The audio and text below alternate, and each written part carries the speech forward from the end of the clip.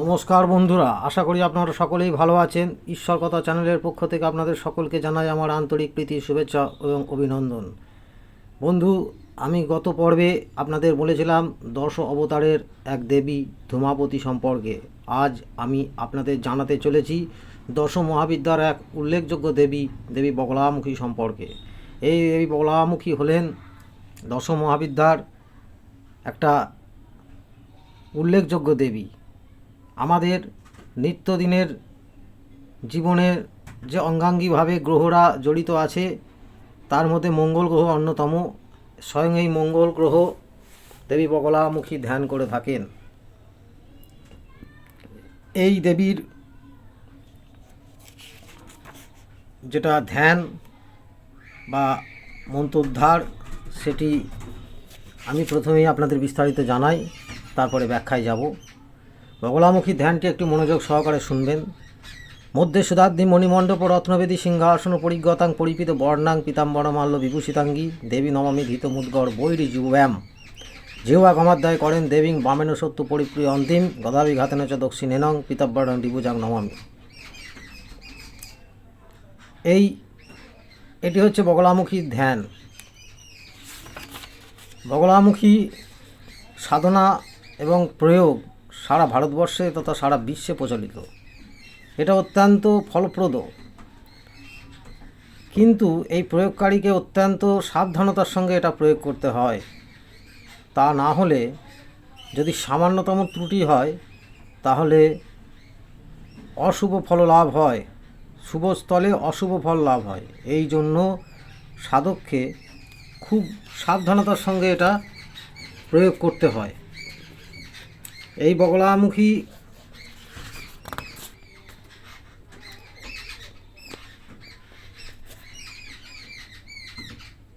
নিত্য ক্রিয়ায় সাধক পীতবর্ণের বস্ত্র পরে এটাকে করবেন। ললাটে হরিদ্রা মিশ্রিত একটা চন্দনের তিলক আঁকবেন। সম্মুখে পীত বস্ত্রের ওপরে বগলামুখী দেবীর ঘট স্থাপন করে বা যন্ত্র স্থাপন করে ধূপদীপ জেলে এটার সাধনা করবেন। এটার প্রভাবে বিদ্যালাভ হয়, স্মরণশক্তি বৃদ্ধি পায়, আর্থিক অভাব দূর হয় এবং শত্রু বশীকরণ হয়। অর্থাৎ এই মন্ত্র এতটাই শক্তিশালী যে ভক্তি ভরে মাত্র একবার জপ করলেই জপকারী সর্ব পাপ বিনাশ হয়। দুইবার জপ করলে সর্বপ্রকার বাধা বিঘ্ন নাশ হয়। তিনবার জপ করলে সহজেই সর্বকার্যে সাফল্য লাভ হয়। এই দেবীর যে বীজ মন্ত্র সেটা অত্যন্ত গুহ্য। এটা গুরুমুখী বিদ্যা, গুরু নির্দেশ ছাড়া এটা দেওয়া যায় না। আমি আগেও বলেছি, কমেন্ট সেশানে এসে আমাকে কমেন্ট করবেন, আমি আপনাদের জানাবো। আপনারা 108 বার করে প্রত্যহ যদি এই মন্ত্র জপ করতে পারেন, আপনাদের সাংসারিক জীবনে নানা রকম যে প্রবলেম, অশান্তি, সমস্যা, সেগুলো আস্তে আস্তে আস্তে আস্তে সরে আসবেন। এছাড়াও এই দেবীর যেটা মন্ত্র উদ্ধারের যে মন্ত্রটা সেটা আমি আর একবার আপনাদের বলে দিচ্ছি।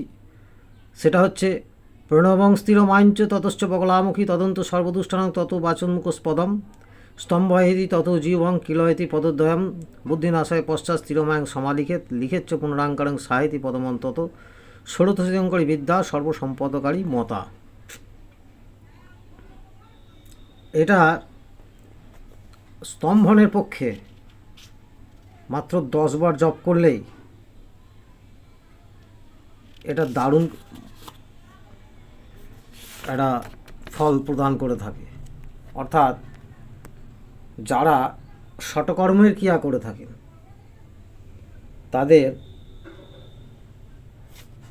এই দেবীর বিশেষ কৃপা লাভ করেন। এই দেবী স্তম্ভনে মারাত্মক ফল প্রদান করেন। এই দেবীর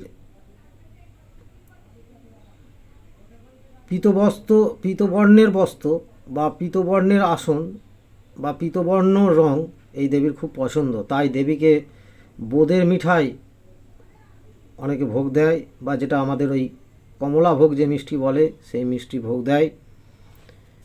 এই দেবীর খুব প্রিয় হচ্ছে পীতবর্ণের ফুল, অর্থাৎ গাঁদা ফুলও হতে পারে, বা কনক চাঁপা যে ফুলগুলো সেগুলো হতে পারে।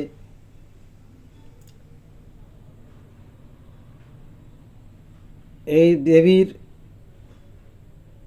খুব পছন্দের হচ্ছে একটা চতুষ্কোণ যুক্ত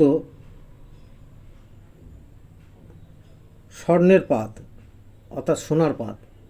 এটা যদি নাও পারেন, সোনার অভাবে রূপোর পাতও যদি কাছে রাখেন, তাহলেও এই দেবীর একটা বিশেষ অনুকম্পা বা কৃপা লাভ করা যায়।